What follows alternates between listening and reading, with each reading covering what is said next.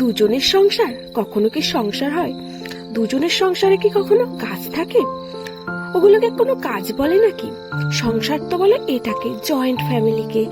5 জন 10 জন যেই বাড়িতে আছে সেটাই তো সংসার, তাদের কাজের সীমা নেই।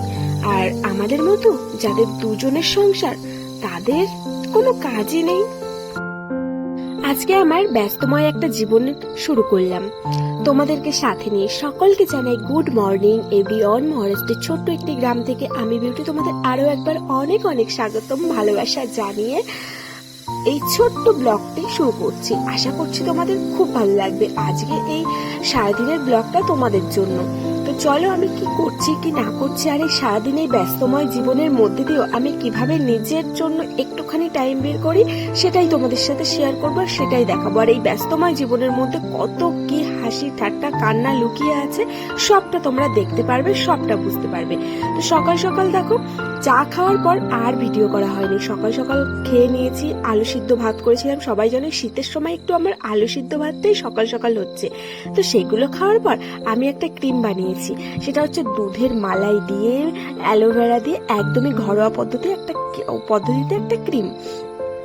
আর এই ক্রিমটা আমি এখন কি করব বলো তো, ফ্রিজে রেখে দেবো এবং আমি এটাকে এখন মুখে লাগিয়ে রাখবো। আর মুখে লাগিয়ে রেখে কিছু কাজ বাজ সেরে নেবো। আমি কিছু থালা বাসন আছে, কিছু ঘর গোছানো আছে, এই সবগুলো সেরে নেবো স্নান করার আগে। তাই ভাবছি চলো এগুলো আমি একটুখানি করে নিই। মানে নিজের জন্য এই যে সারাদিন কিন্তু আমি কাজ করেছি, হয়তো বা সবটা দেখাতে পারি না, তাই বলে কি আমাদের দুজনের সংসারে কোনো কাজ নেই?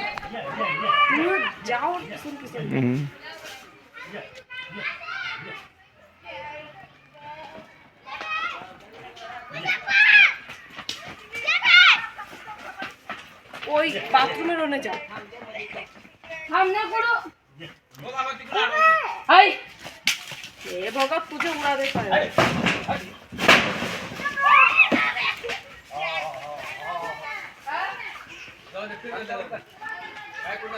अंदर रख।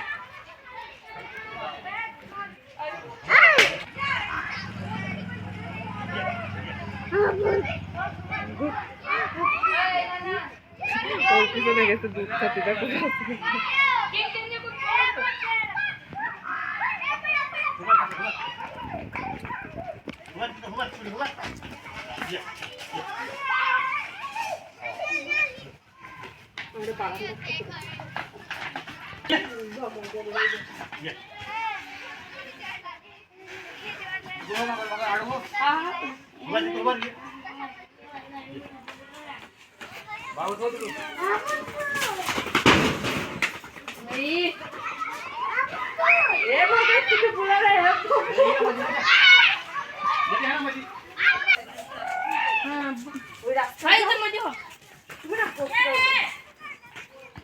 আরে বাবা ভয়তে আমি যাচ্ছে করুনি বলতেছে।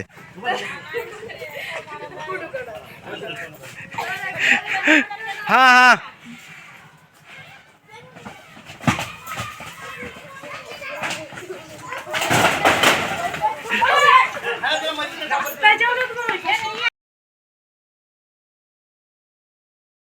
আজকে হঠাৎ করে অনেক বড় একটা বিপদ ঘটতে পারতো। কেন বলো তো? এই যে গরুটাকে দেখছো, এটাকে কি বলে, গরু না, এটাকে বেহেল বলে না কি বলে, এগুলোকে দিয়ে মানে গরুর গাড়ি থাকে, ওই গরুর গাড়ি টেনে বেড়ায়। তো প্রচন্ড পরিমাণে অনেক কষ্ট করে মানে এটাকে শান্ত করে ধরা হলেও তো ও ছুটে গেছিল। আর এই বাড়িতে কেউ থাকে না, সবাই সেই নীলাঙ্গায় থাকে কাজের সূত্রে। আর এই বাড়িতে ওই যে মানে বয়স্ক মহিলাকে দেখতে পাচ্ছ, ওই আরজি মানে ঠাকুমা, উনি থাকে।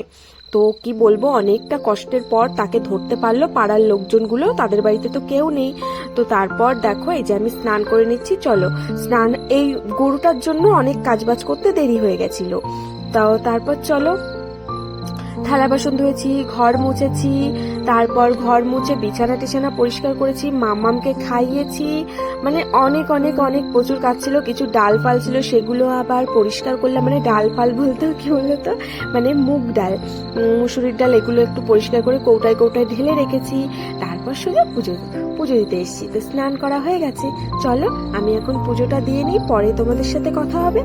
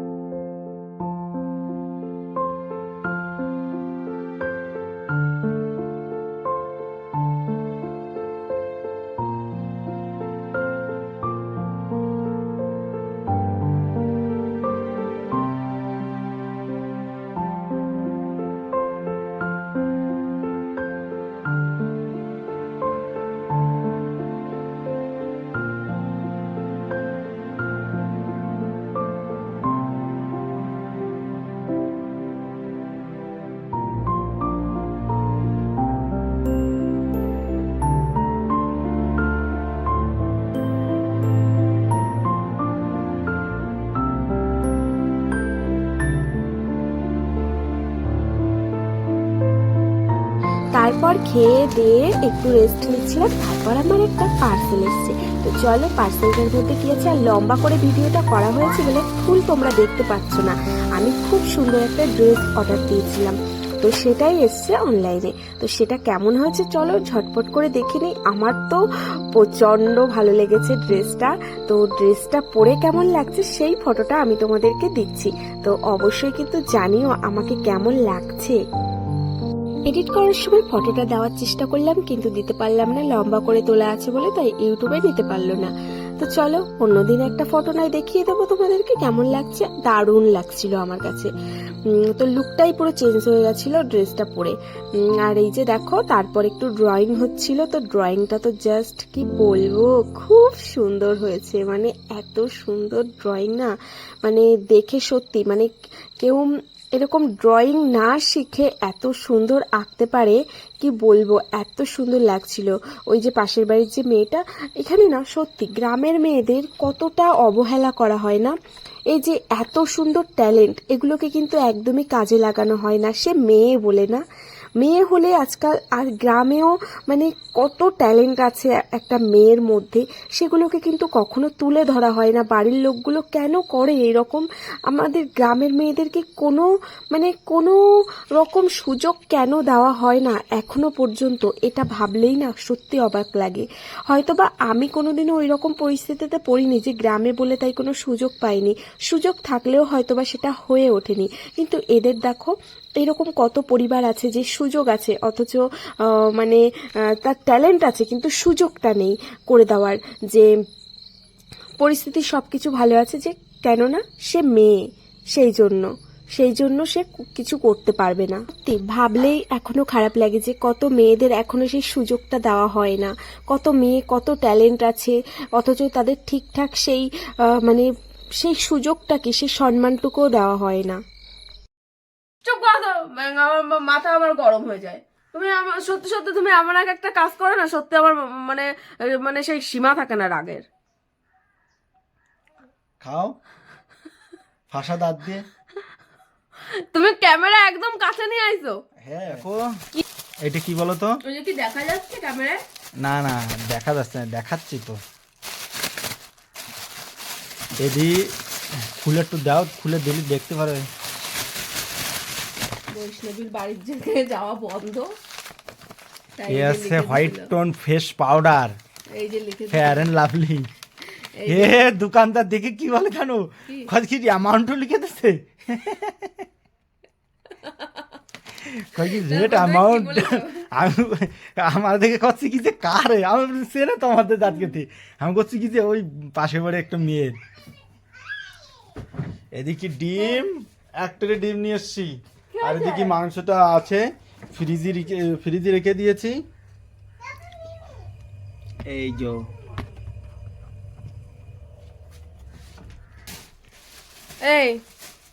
এই যে দেখো আমার জন্য খেয়ে খেয়ে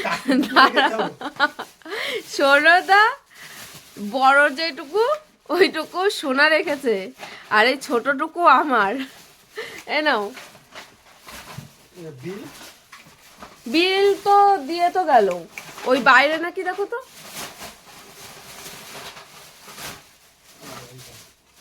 এ নাও 2000 টাকা বিল করে ফেলেছে।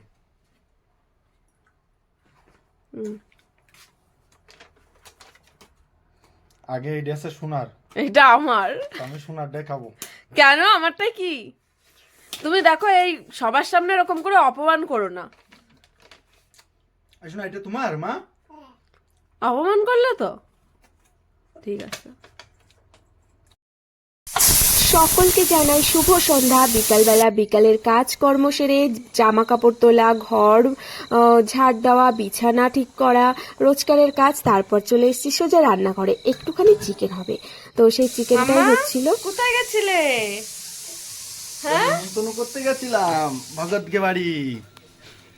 ও দাদি দিদা সবাই রয়েছে এখন। হ্যাঁ বলিছি কই কি যে আমাদের বাড়ি গিলি ওরকম চিন্তা ভাবনা করবা না। তা ওর ভগতের মা আর দাদি বলছে না ডাক্তার আমার কেউ চিন্তা করিনি, আমি তো ভগতের মা।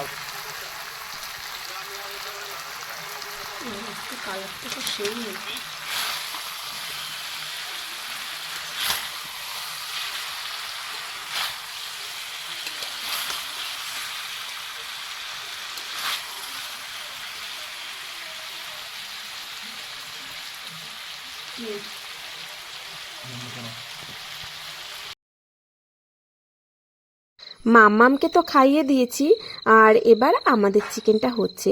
দেখো কত সুন্দর লাল একদম টকবক করে মানে ফুটছে। আর চিকেন রান্না হলে তো তোমাদের দাদাভাই রান্না করে, তো ওই রান্না করছে। আমি সব কিছু গুছিয়ে দিয়েছি হাতের কাছে, ও শুধু বসে বসে রান্না করছে। কি জানি মাংসটা যেন মানে আমি পারি রান্না করতে, কিন্তু না আমার না নিজের হাতেরটা আমার খেতে ভালো লাগে না। আমার মনে হয় যেন কেউ যদি রান্না করে দেয় মাংসটা অন্তত আমার প্রচণ্ড ভালো লাগে। আর সেই মায়ের হাতের ঝোলের কথাও তো সত্যি অমৃত।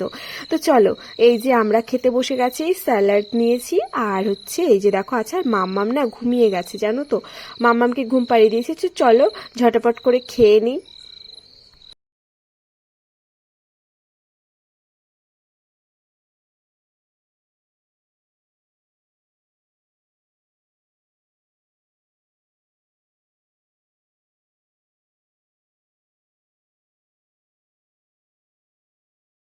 তো দেখতে পাচ্ছ গরম ধোয়া উঠা একদম সত্যি ঠান্ডার সময় এরকম খাবার কার না ভালো লাগে। আর খাওয়া দাওয়ার শেষে চলে এসেছি দেখো এই যে ছানা দুটোকে দিতে। তো এরা তো দুজন মারামারি করছে খাবার নিয়ে। আর তোমাদের দাদাভাই একটা দেখো ইয়ে বানিয়ে দিয়েছে, বাক্স বানিয়ে দিয়েছে খাবার দেওয়ার জন্য, ওদের খেতে সুবিধা হবে সেই জন্য বানিয়ে দিয়েছে। দেখো মানে দুজন, এ ওকে মানে খেতে দেবে না আর ও ওকে খেতে দেবে না, মানে এরকমটা মারামারি করছে। আর তারপর খেয়ে দিয়ে দেখো চলে এসছি কিন্তু।